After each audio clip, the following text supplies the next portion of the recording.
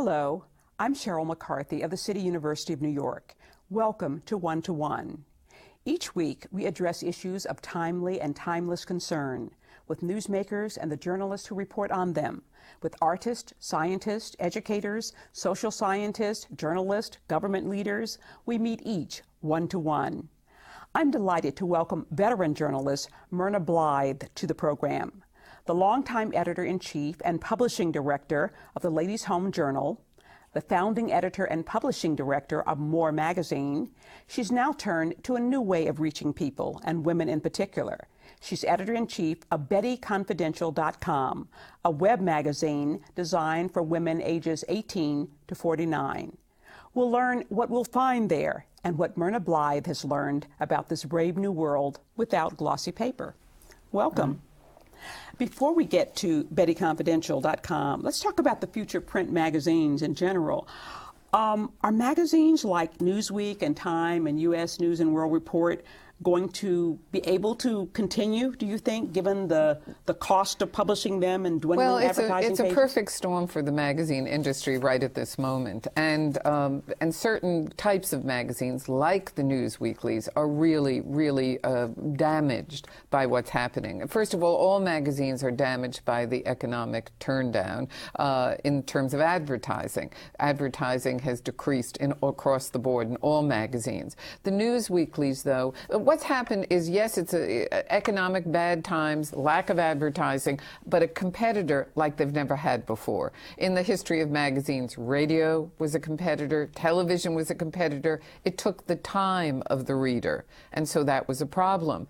But now they have a competitor that not only takes the time, it supplies very much the same information one received in magazines, especially a news weekly. So, you know, when you get a weekly, you know all the news that's in it. Right. So that's a real problem. That's been a problem for several years. But now, day to day, you get news and opinion on the web, analysis, all the things those magazines were supposed to do. So it really is a problem for the news weeklies. It's a problem for other areas of magazines, too. How about the traditional women's magazines, Ladies' Home Journal, Good Housekeeping?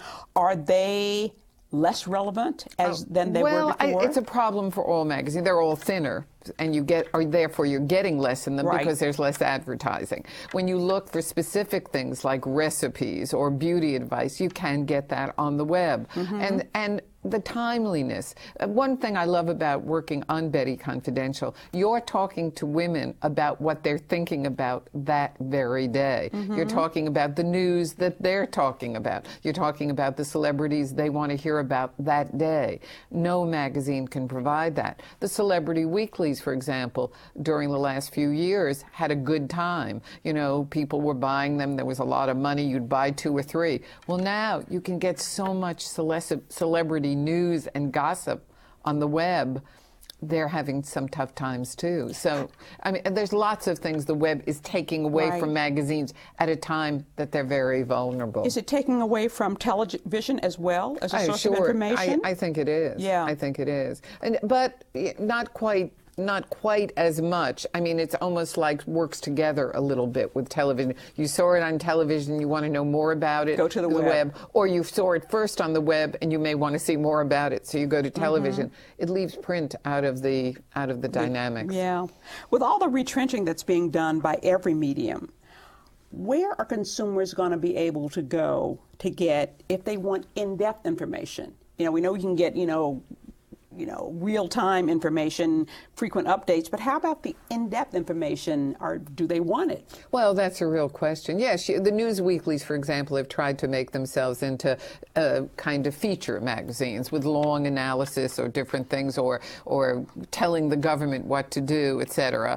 The news weeklies at the beginning of the administration gave the president advice on Iraq or president advice on the economy. So that's the role they're trying to do. But do people really want that? And in a funny way, it makes media more self-important, which media loves to do, at a time where people are more critical and less trusting of the traditional media. So it's an odd combination. The web they see more varied points of view and often find the point of view that they agree with. Right. And so they're more comfortable with it. The news magazines or anything else, or newspapers, of course, the other problem, they seem to be moving away from, because they're less trusting of them, and they really are not sure they want to read all that long analysis. Some people do, but not the way people used to read newspapers. There's a lot more information out there, but I mean, I often wonder whether people are better informed, you know, as a result of it. I don't know. Well, that's one of the questions, but God knows them. Well, here's some of the things I say. Women's area. Women's magazines every 20 years get a blessing, a cover personality who they adore. In the 60s, it was Jackie. By the end of the 60s, when she married Onassis, etc., they sort of lost sympathy with her, so she lost her appeal. Diana, the beginning of the 80s. Right. By the end of the 80s, before she died, she had lost her appeal, the marriage and stuff.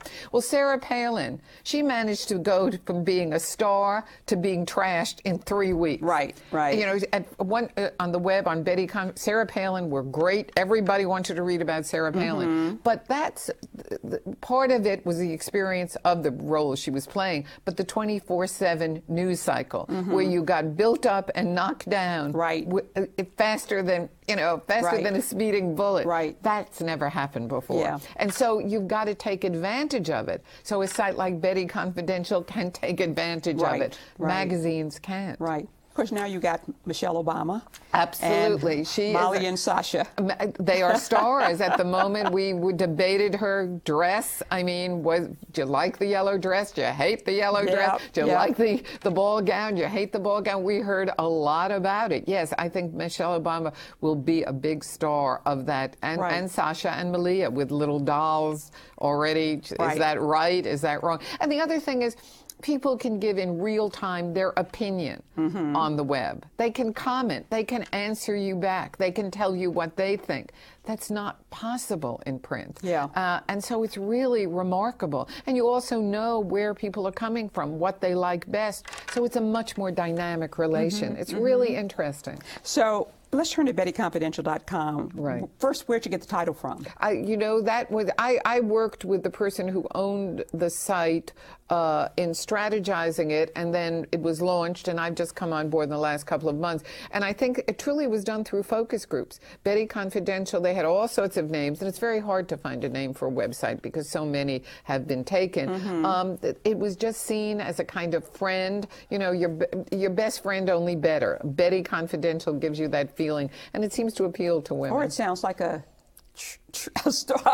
scandal magazine, one or the a other. Little bit. Well, I think you have to be old to get that Confidential, because I don't think anybody, that magazine was at a time where I guarantee you people on Betty Confidential don't even know about it. Okay, like I'm dating myself. Yeah. Aside from being online, and I went online to look at it, your content is a lot like traditional women's magazines. I mean, there seems to be one major news story. Oh, there were three or four. There are about seven, really. We were expanding it to 10, but no problem, yeah. You have your news story. And you have a lot of trend stuff, the Betty Boyfriend of the Week, Michelle Obama's style, beauty secrets, where to get the best coupons. And there's a lot of interactive stuff where people can vote on polls. And email their questions to experts on beauty, careers, financial matters, and get answers back. And to talk to each other. And to talk to each other. Yeah. So, but women are interested in these things. I mean, if anything, I think some of the sites who try, and it is a woman's site, and I think some of the big sites, the Huffington Post, et cetera, things like that, and I certainly have great admiration for them. They have the kind of areas like this sort of tucked away, but so Betty has them right out front. Women are interested in Michelle Obama's dress. They are interested in the woman who wanted to sell her virginity, which got a lot of debate. Did she sell it? She's sort of, I don't think she has yet, but there was a lot, is this prostitution or not? She was going to do it at the Bunny Ranch. So, I mean, as I say, there are lots of things that interest women. Let's be honest, though. Media, news in general, has been feminized. soft stories have the greatest appeal. Let's be honest, when I mentioned that Sarah Palin, remember Sarah Palin was as big a story in the last campaign as anything else, and her clothes and her children. So that kind of soft story, that feature story, is very important in the news. I mean, news is more like women's magazines than it's ever been before. Right. So women's magazines are more newsy, and that seems to me they've met in a really good way. So is your content evolving in the course of the day? Oh yeah, sometimes it does. I mean, we'll post new stuff during the day. We also have features, and if anything, one of the problems is you almost have so much material that you sort of lose it because the next day it's all new, it's all fresh. Right. But yeah, it does evolve during the day. If something really important happens during the day, you do post it. We also have a daily dish feed into gossip sites. We have TV on it. We pick up TV of appropriate things. At the inauguration, we had our own coverage, or behind-the-scene coverage that was done with video cameras on cell phones. And let's be honest, a lot of it was people just walking and saying, "Where do you go? How do you get there?" Right. But it gave a kind of feeling, the experience. You know, one thing they say about magazines. Well, the beautiful pictures, and you don't get that anywhere else. And that's true. But on a website, you get video. Right. And that's so absorbing. Right. I mean, yes, you want to see a beautiful picture of a dress, but you also want to watch the fashion shows and them walking. You know, and we are going to cover the fashion shows, too, during Fashion Week. And in the mode of online publications, you don't have, your staff is not located in one office. No. How is it? One is in New York, one is in New Jersey, one is in Florida. We have a morning discussion every day, and we email each other all during the day. And that's great because you can get workers who are at home working, often women with children, a great way to take care of their kids and still have a job. A little daunting because the creative process really does help if people sit around and talk to each other. Do you have a conference call meeting, or is it pretty much one you do? We have a conference call every morning. Okay. Yeah, every morning at 10. We talk after the site is loaded for the day. We look at it again. We discuss it. We talk about what we're going to do next tomorrow. We talk about long-term planning. We also do some long-term planning. We do, series, New Year, New You for the series, Valentine kind of series. We look forward to doing stuff like that. So it's a combination of things. Part of the trick is to get the material out too, not only on your own site, but on bigger sites where people will come back to you. It's much more cooperative. You want to share what you're doing because that will draw more people back to you. Very different from magazines where my magazine is special and different. We want to share if it can benefit us. A very different process. Quite interesting. We're going to take a short break. We'll be back with more with Myrna Blyth after the following messages.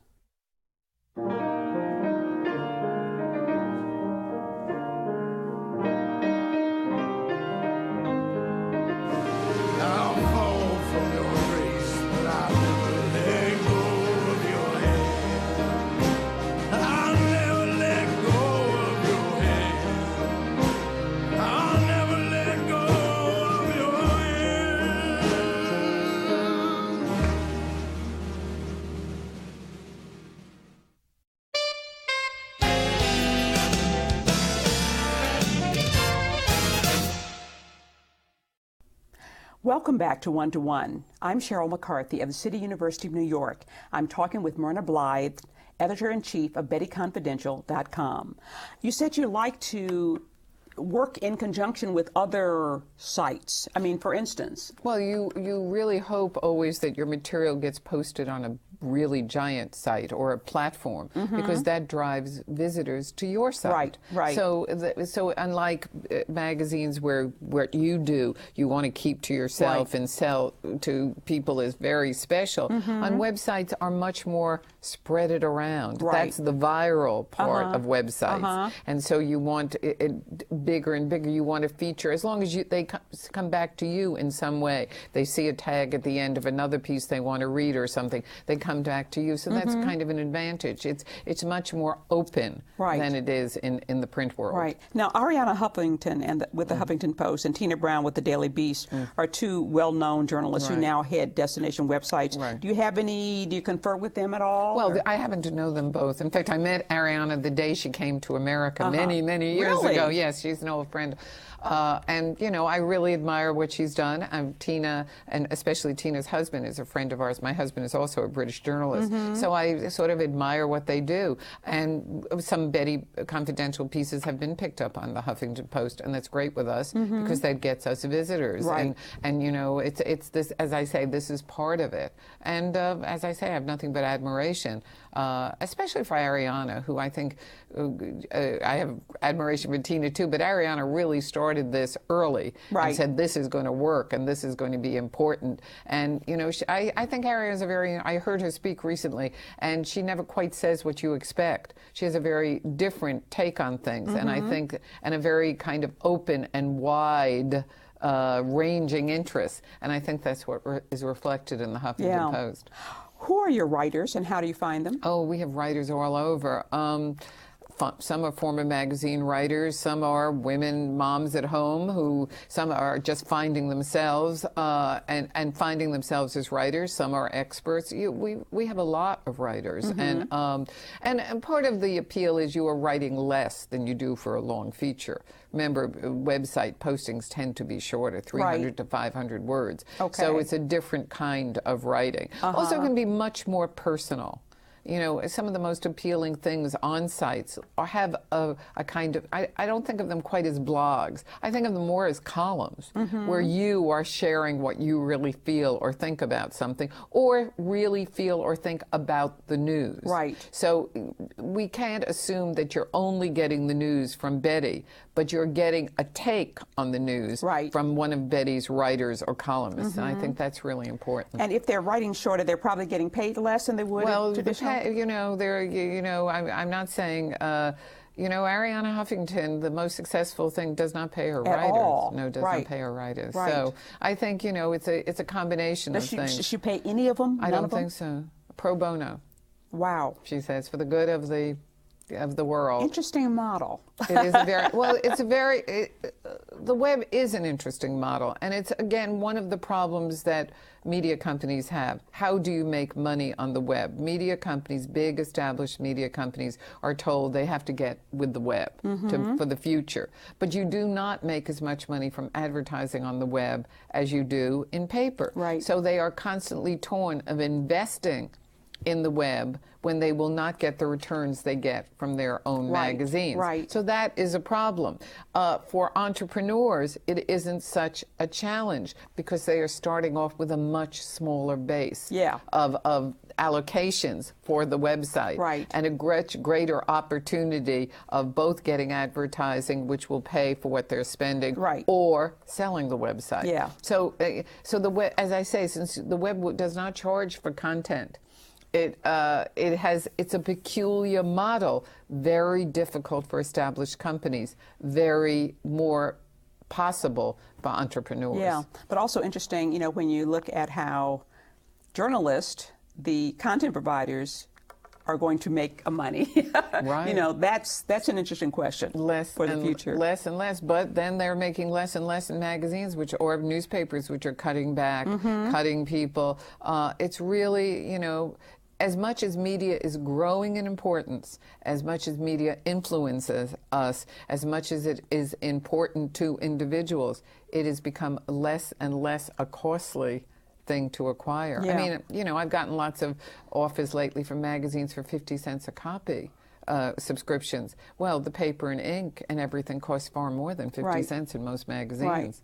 So, you know, it's really a problem. So how does Betty Confidential .com make money? Advertising. Advertising. And a very tight overheads, advertising eventually, a growth eventually, perhaps e-commerce as well. And again, you have much greater potential on a website to both offer advertising, to sell product, to do a whole variety of things within that goes back to the base of the Betty Confidential. So what do you promise advertisers?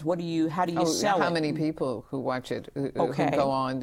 What you're promising is visitors and usage. And who are are they sort of the typical type advertisers who would have women type advertisers, different things. You also can do special programs with them where they sponsor certain things, much as almost like television, where they may sponsor a series of articles or something like that, which give them more attention to their product. Not that the pieces are about the product, but it's kind of like a sponsorship wrapped around an article the way it is on a television show. You're not 18. No, neither I'm am not. I. No, I'm not. And the magazines you've edited before have been for mature women. More mature, I'd say. Mature. Everybody's always looking young. I think of Betty really for women in their 20s, 30s, maybe early 40s, if that. I don't think it's a teenage brand. But I don't think it's a over 40 brand either. It's very much 20s and 30s. So how do you get insights into what 20 and 30-year-olds are interested in, looking for? I don't think that's hard. There's when people used to ask me at the Journal, you live in New York, how can you edit a magazine for 4 million women, most of them who don't live in New York?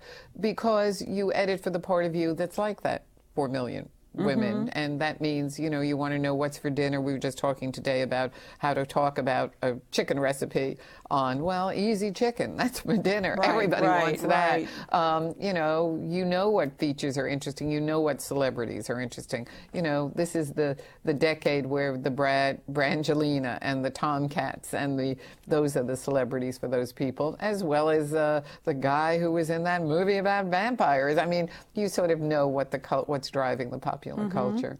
How do you get women to turn to Betty Confidential, to know about it too? There are all varieties of ways on the web, that viral advertising, viral ways of getting them into it and getting uniques and building up a core of visitors who use it every day, and that is growing. I mean, the site is growing. Viral, yeah, on the web. The best way to get people on a website is for them to hear about it through the web. I mean, advertising on, if one could afford it and one doesn't, television or print is not as effective as somebody sitting at the computer finding out about the site or finding about something that they want to read about that might be on the site. Because they can get to it quickly. Search engines do it. I mean, there's all sorts of ways of bringing people in. I just went to a seminar on search engines and how you can bring people to your website, which of course is a great thing. There are so many. But Betty has grown tremendously, like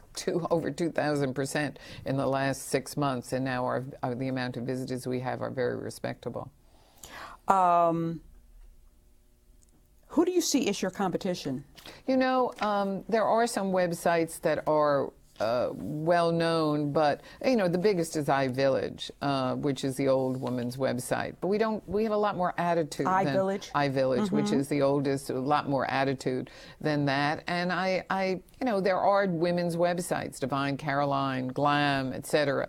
But you are really looking to get something unique on the site, and that's the voice of Betty, which has an attitude, is very newsy, does let people share their feelings about the experiences of their life, and also gives good service. So there's a combination of elements that's really kind of unique. There really no website quite, I don't think, albeit that there are many websites for women, really mixes it up in quite the same way. Are there any particular issues that you're especially interested in? I think what's happening each day. I think that's the key. And what you're talking about, what's the scoop of the day? So whether it is 8 babies being born in Los Angeles, whether it's Michelle's clothes, whether it's there are so many things. Travolta, the tragedy of his son, something that you really want to talk about. Hey, I always said that magazines are just supposed to be interesting. That's all they're supposed to do. Yeah. They're supposed to be interesting. Well, websites are interesting too. You should read it and say, turn around if you're in office and say, hey, did you hear about this? Or do you want to look at this? Do you know, the fashion hits of the inauguration, Aretha's hat, Jill Biden's strapless dress, Michelle's bling. She was wearing a big diamond ring. Oh, was she? Oh, a big diamond ring. We had a picture of that. How'd I miss that? But you wouldn't if you had been on Betty Confidential. Well, there you go. There you go. In terms of your content, your articles, will you be running mostly quick fixes, the story of the day? Are there going to be any longer term pieces or series? Yes, there will. There's a New Year series, and I think we're going to start a series called My Body, Myself. I have a long 3-parter on a woman who did lose 100 pounds through stomach stapling. I have a piece on a woman who works for a plastic surgeon and was almost going to have breast implants and then decided not to because she said she never wanted to look at her daughter and say, "You're perfect." And the daughter would say, "No, I'm not, Mommy. I'm like you. I was fixed." Well, she didn't want that. And I think we can do a whole long series on My Body, Myself. I think that would be really important. What do you see as the future? I mean, it's a cosmic question for magazine publishing. Are there going to be, for instance, smaller and smaller products in which to read or view information, iPods, for example, or what do you see? What do you see? I think there'll be fewer and fewer magazines. I think the strong magazines will survive, but I think, this kind of explosion of magazines will diminish. They will not be launching every 12 minutes a magazine that, very few people will read. And this won't happen, but it should happen. There should be more spent on the editorial of magazines. And what I find, in my career, really kind of amazing, the editing page with all the editors got smaller, and the pages of advertising, the sales reps and marketing got bigger and bigger. More money is spent on selling the advertising than selling the content, right, which would sell to the reader. Yeah. And that seems to me, magazines do a lot of things that don't prove what they say they believe. Nobody's more important than the reader. Come on. You don't spend much money on the editorial compared to some marketing party for someone. Right. You don't really try to get unique content or pay the money for it. Not all magazines, but many magazines are like that. So, and also they have a really funny business plan where the first person who gets the magazine gets the cheapest price. When you're a loyal reader 20 years later, you don't get the price of somebody who bought it for 50 cents a copy. Unlike the web, where if you buy something on the web, you get discounts for the next 3 sales. I mean, cell phones and magazines have this funny, system. Their most loyal customers, they don't reward. So I think somebody in the magazine business has really got to think about that. Yeah. Why don't you pay some more money for edit? Yeah. Why don't you give people something really different? Magazines are so generic. Women's magazines this moment are so generic. You can rip off the cover and you don't know what magazine you're reading. That seems to me a tragedy. Well, thank you very much. Thank you. We're out of time. We were very happy to have Myrna Blyth, Editor-in-Chief of BettyConfidential.com, for joining us today. For the City University of New York and 1-to-1, I'm Sheryl McCarthy.